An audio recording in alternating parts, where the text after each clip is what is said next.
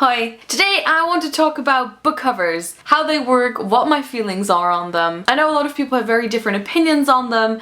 I know a lot of people say that the book cover shouldn't count, but having worked in publishing for the last 2.5 years, I feel like I've seen a bit of the inside, and also I'm quite an experienced book shopper, so I just wanted to have a little chat about it. Recently I've been to bookshops a couple of times with people who don't very often go to bookshops, and some very interesting questions came up. One of the questions was, how do you know what to look for in a bookshop? What is it that you're browsing for? How do you know what you like? Because there's just so much stuff. And I was like, oh, I just look at what appeals to me, because whatever appeals to me will probably be marketed towards me, and so it might be the right book for me, which might be a thing that a lot of people have never thought about. But obviously, if you're working on designing a book cover, you're gonna think about who the intended audience is, and then you're gonna try and create something that will catch their eye when you go into the bookshop. And so it's a weird mix of wanting to stay inside of that specific lane where you're attracting the right people, but also making it appealing to a broader audience, or doing something that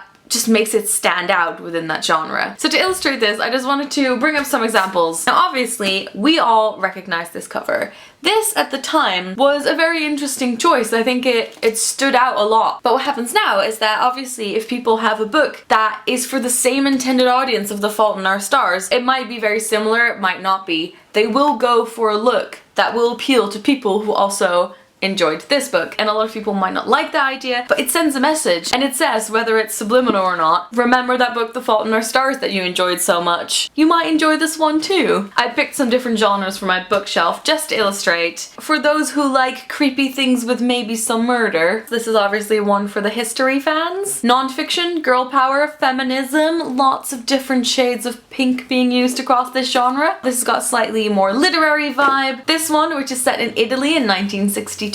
Classic storytelling with the potential for fairy tales. We heard you liked space, so we put some space in your space. And I also brought some examples of stuff that appealed to me. Here are 3 books that I had never heard of before, but I went to a bookshop, saw it, and thought, yes, I need it in my life. First one is Hermione Eyre's Viper Wine, which combines this beautiful classical painting with this really striking typography and colors. The back of that, just freaking love this. This is one that I just grabbed off the shelf, didn't even read what it was about, and bought it. Then there is this one, which is The Taurus, which is a little novella, which just is absolutely gorgeous. And again, I saw on a table and just picked up without reading what it was about. And this is a great example as well. I really like sort of bold graphic stuff, and so this is The Bees by Laline Paul. I have no words to describe how much this appeals to me. Like a bee to honey, I just grabbed this book and bought it. So I think it would be quite interesting to think about what it is that attracts you to a book. Now obviously a lot of you also buy books because you've heard about them or you've read the back and you like the story, but see if you can find some covers in your collection